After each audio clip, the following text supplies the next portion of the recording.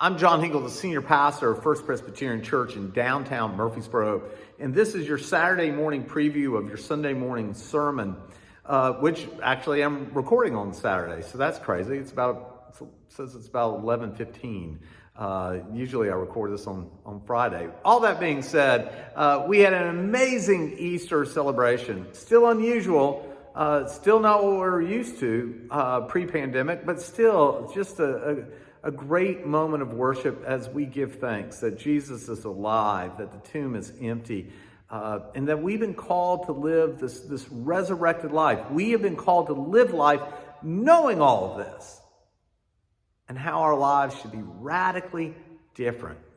We enter what we call the Easter season. The Easter season is a period of time in the life of the church when we reflect on what does it mean for us to live that resurrected life, believing and knowing the tomb is empty. How are we called to be different?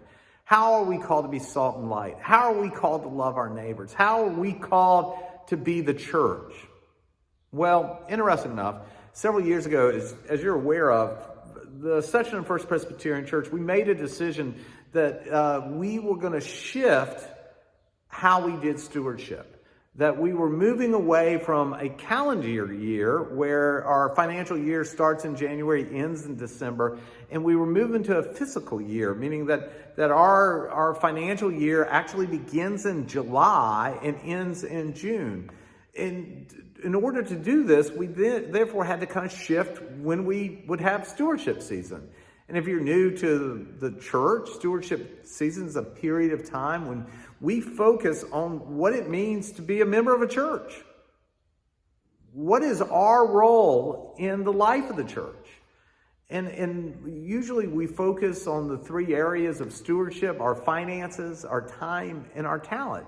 So now, instead of having stewardship in kind of September, we have stewardship early on. Usually we have it, and when I say usually, we've only done it twice since I've been here. This is our third time, but around February, kind of between the baptism of the Lord Sunday and the transfiguration of the Lord, we kind of stick stewardship season in there. But this year, the wisdom of our stewardship ministry team and the session, we made a decision. Instead of kind of having stewardship in January, 1st of February, we were going to wait. Our hope was that with the coming and rolling out of the vaccine, that there would be a sense of hope.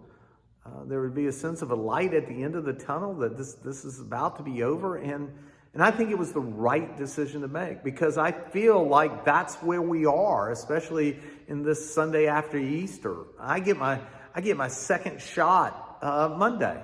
And I'm ready, right? Leela's had her second shot. So many of y'all are 2 shots in. I see church members now and I go, how many shots? And they do this. It's pretty cool.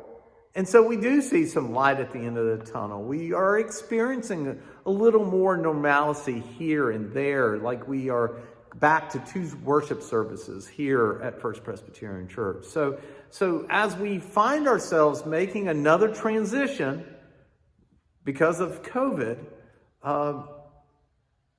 it's a good time to ask, what does it mean to be God's good steward? That's what our whole preaching series is about, being God's good steward.